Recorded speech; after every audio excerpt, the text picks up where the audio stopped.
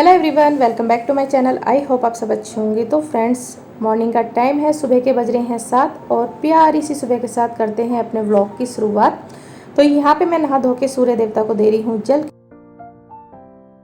और अब मैं आ गई हूँ किचन में। तो यहाँ पे मैंने एक गैस पे रख दी है खीर बनने के लिए, दूसरी गैस पे मैंने सब्जी रख दी है।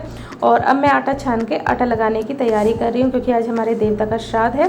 तो ये देखिए, एक गैस पे खीर बन रही है, दूसरी गैस पे बन रही है यहाँ पे सब्जी। और यहाँ पे मैं लगा रही हूँ आटा। और आज ये भी अच्छा है कि दोनों बच्चों की छुट्टी है और बेटे का कल एग्ज़ाम है। अभी मुझे उसकी भी तैयारी करानी है, उसे उठा के अभी नहलाना भी है मुझे। और यहाँ पे मैंने सारी चीज़ें रेडी कर दी थी, बेटे को भी नहला दिया था। मम्मी बोल रही थी जब खाना बन जाए तो बता दियो, तेरे पापा निकलवा देंगे और छोटा साथ में बैठ जाएगा। लेकिन मज़दूर भैया आ गए हैं तो पापा जी उनसे ज़रूरी कुछ काम करवा रहे हैं। तो मम्मी ने बोला कि अब छोटे के हाथ से निकलवा दे, लेकिन पानी तू नहीं फेरना, हमारे यहाँ लेडीज़ पानी नहीं फेरती हैं, छोटे से ही फिरवाइए, उसको बता दियो। तो मेरा जो छोटंकू सा ही बेटा है ना, ये जैसा हम इसको बताते हैं वैसे ही कर देता है, बिल्कुल भी गलती नहीं करता है पूजा पाठ में, क्योंकि बहुत ध्यान से देखता है। तो जैसे मैंने उसको बताया उसने बिल्कुल अच्छे से ये सारी चीज़ें करी है। मैं उसको बोल रही थी बेटा हाथ जोड़ के बोलो देवता महाराज कोई गलती हो गई है तो क्षमा करना, और हर साल हम अच्छे से ऐसे ही निकालें जैसे इस बार निकाल रहे हैं। तो बस यहाँ पे वो ऐसे ही प्रार्थना जैसे जैसे मैं बोल रही थी वैसे ही कर रहा था। फिर बस यहाँ से छोटा सा जो मैंने चीज़ें निकाली थी वो बस जल में डलवाई। फिर मैंने कहा सूर्य देवता को जल देना। तो ये होते थे ऑफिस जाने से पहले तो ये निकाल देते थे, अब ये तो भाई यहाँ पे नहीं रहते हैं तो पापा जी निकाल देते थे। और बाकी कुछ भी जैसे गोवर्धन वगैरह ये चीज़ें होती हैं तो पापा अपने साथ ही बैठा के इससे करवाते हैं ताकि ये भी सीख जाए। और यहाँ पे मैं ले आई थी इसको सूर्य देवता को जल देने के लिए। तो ये नीचे से इससे सूर्य देवता दिखाई नहीं दे रहे थे तो मैंने कुर्सी पे चढ़ा दिया था। तो मैं इसको बोल रही थी, इसको थोड़ा डर लग रहा था मैं गिर ना जाऊँ, तो मैं इसको बोल रही थी, मैंने कहा बेटा मैंने पकड़ा हुआ है। तो लेकिन फिर भी एक हाथ से दीवार पकड़ने की कोशिश कर रहा था। मैंने इसको बोला मैंने आपको पकड़ा हुआ है, नहीं गिरोगे, तो दोनों हाथ से जल दो। तो फिर भी ये थोड़ा थोड़ा बीच बीच में हाथ टेक रहा था, इसको डर लग रहा था और सूर्य देवता को भी देख रहा था, पर फिर भी बहुत अच्छे से इसने कर दिया था। यहाँ पे मम्मी पापा की भी खीर मैंने नीचे पहुँचवा दी थी और दोनों बच्चों ने भी खीर खा ली थी, मैंने भी खा ली थी। तो अब मैं यहाँ पे लग गई हूँ किचन साफ़ करने में, क्योंकि खाना अभी कोई भी खाने के लिए रेडी नहीं है, खाना बाद में बनाऊँगी। तो बस अभी खीर खा ली है, खीर से पेट भर गया है और मैं अब यहाँ पे सारे बर्तन खाली करके उन्हें मांज दूँगी, कुकर वगैरह से जितनी भी चीज़ें हैं, और रसोई साफ़ कर दूँगी। तो बस मैं अपने काम पर लग गई हूँ। और आज सिर्फ एक ही भैया आए हैं तो पापा जी ने उनको बता दिया है कि आज क्या क्या काम करके जाना है। कल क्योंकि इनका टाइम हो गया था तो ये कुछ काम जो है छोड़ के चले गए थे, तो बस उनको वो सारी चीज़ें ऊपर से लेके नीचे तक वो समझा के आया, आज ये काम करके जाना ही जाना है। क्योंकि ये 3 लोग आते थे तो आज एक ही भैया आए, क्योंकि दूसरी जगह इनको जो है बुकिंग मिल गई है, इनको भी जल्दी से काम निपटा के दूसरी जगह जाना है। तो बस यहाँ पे मैं अपना काम कर रही हूँ, भैया अपना काम कर रहे हैं। और ये बस वैसे तो साफ़ था लेकिन फिर भी मैंने सारे में जो है गीला कपड़ा मार दिया है, क्योंकि पूरे घर की जब सफाई हो जाएगी ना, रसोई में जो डिब्बे वगैरह जो हैं, तब अच्छे से मांज मूंज के रखूँगी। अभी फ़िलहाल सारी जगह जहाँ जहाँ बाहर थोड़ी बहुत छींटें थी ना वाइट वॉश की, वो मैं सारे गीले कपड़े से पोंछती हैं। और ये जो चिमनी का पाइप था इस पर मैंने कवर चढ़ाया हुआ है, मतलब पेपर चढ़ाया हुआ है, तो इसको मैं दिवाली के आसपास ही बदलूँगी। वैसे बिल्कुल साफ़ है इसलिए अभी मैं इसे चेंज नहीं कर रही हूँ। तो ये जितनी भी रैक वगैरह हैं बस इन पे मैंने जहाँ जहाँ वाइट वाश गिरा हुआ है उनको साफ़ कर रही हूँ।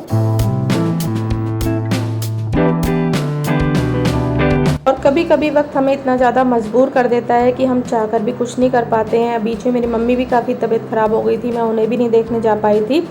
यही होता है, लड़की जब ससुराल में आती है ना बहुत चीज़ें सोचनी पड़ जाती हैं। और इधर अभी मेरी भाभी भी बीमार हैं तो मैं उन्हें भी नहीं देखने जा पाई हूँ, वो हॉस्पिटल में एडमिट है।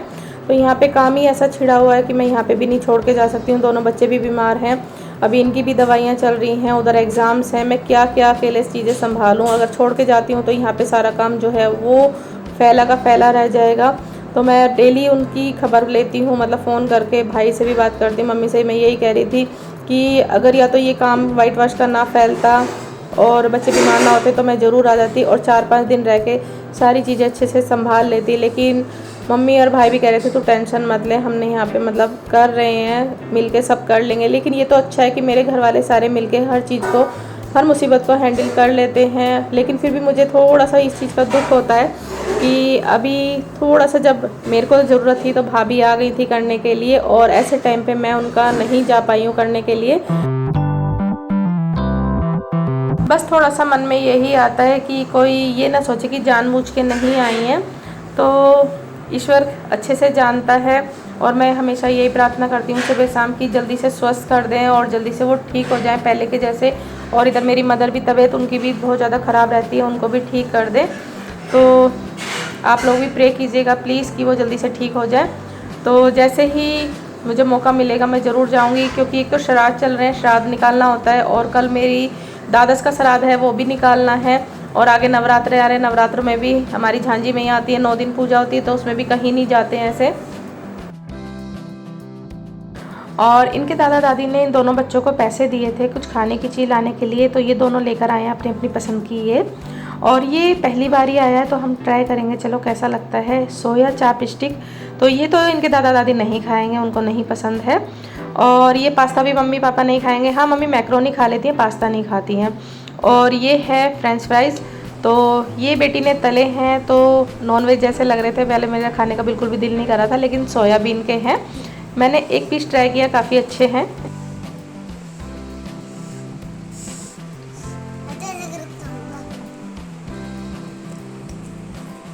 तो यहाँ पे हमने आज पास्ता नहीं बनाया था, सिर्फ फ्रेंच फ्राइज़ और सोया चाप स्टिक ही तले थे। तो फ्रेंच फ्राइज़ जो है इसके दादा दादी को काफ़ी पसंद आए। और यहाँ पे अब दोनों बच्चे बैठ गए हैं पढ़ने के लिए और मैं लग गई हूँ अपने काम में। तो जितने भी इस टब में बर्तन थे उन्हें मैं मांज दूँगी, ताकि जब वो सूख जाए तो मैं उन्हें रैक में लगा दूँ और ये टब भी जो है खाली हो जाए, क्योंकि फिर मुझे लगना है कपड़े धोने में, पायदान वगैरह धोने हैं। तो इसी वजह से मैं जो काम निमटता जा रहा है वो निपटा रही हूँ। और अभी मैं बेटे को कुछ 5 जो है colours name, 5 body parts name और 5 फ्रूट्स नेम दे के आई हूँ कि इन्हें लिख के दिखाओ मुझे, कल उसका इंग्लिश का एग्ज़ाम है। तो यहाँ पे जल्दी से काम ख़त्म करके फिर मैं उसके साथ लग जाऊँगी और उसे सुला दूँगी टाइम से, ताकि वो सुबह मॉर्निंग में अच्छे से अपना पेपर दे आए। और सच बात है, जो काम हम अपने टाइम से निपटाते चलते हैं ना, पेंडिंग बिल्कुल भी नहीं छोड़ते हैं, तो वो काम बहुत अच्छे से हमारे होते जाते हैं। क्योंकि हमें पता है, देखिए अगर पेंडिंग छोड़ेंगे, कल भी हमें ही करना है, आज भी हमें ही करना है, तो क्यों ना हम सारे काम जो हैं वो टाइम से करते चलें।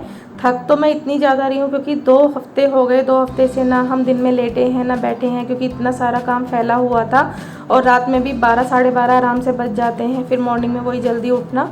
तो बस बॉडी मुझे ही पता है कि बिल्कुल जवाब दे रही है, लेकिन अगर मैं थोड़ा सा भी आलस मान गई ना, तो ये काम मुझे ही भारी पड़ेगा, क्योंकि मुझे पता है बाद में भी मुझे ही करना है। तो क्यों ना थोड़ा थोड़ा निपटाती चलूँ और थोड़ा थोड़ा निपटा के आराम से जो है मेरे सारे काम निमट जाएंगे।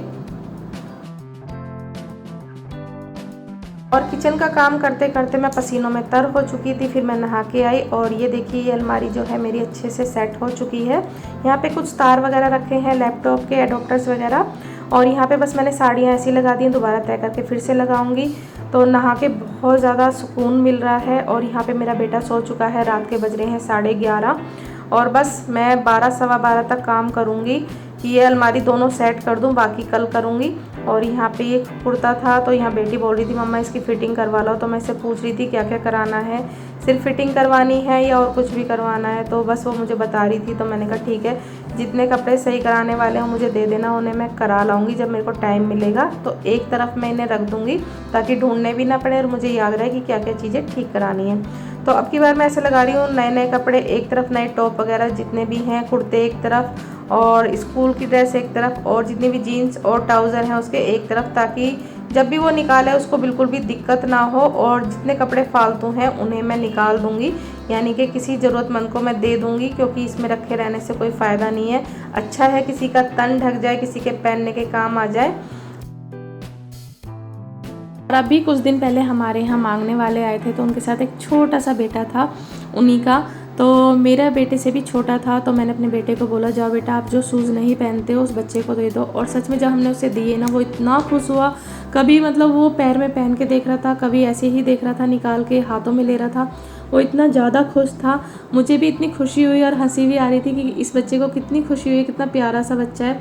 तो सच में अगर हम किसी को देते हैं ज़रूरतमंद को चीज़ें, जिनके पास वो चीज़ नहीं है, वो पुराने में भी देखिए इतने खुश हो जाते हैं, तो अच्छा लगता है। और ये देखिए, आपसे बात करते करते इधर मेरी अलमारी भी सेट हो गई है और कितनी अच्छी लग रही है। तो सच में जब हर चीज़ देखिए, चाहे वो ढकी हुई है और वो भी अच्छे तरीके से लगी हुई है, हमने सेट कर दी है, तो वो भी कितनी ज़्यादा प्यारी लग रही है, मन को सुकून मिलता है कि यहाँ भी मतलब बिल्कुल साफ़ सुथरा है। तो इसी तरीके से मैं एक एक अलमारी साफ़ करूँगी। तो चलिए मिलते हैं फ्रेंड्स कल की वीडियो में।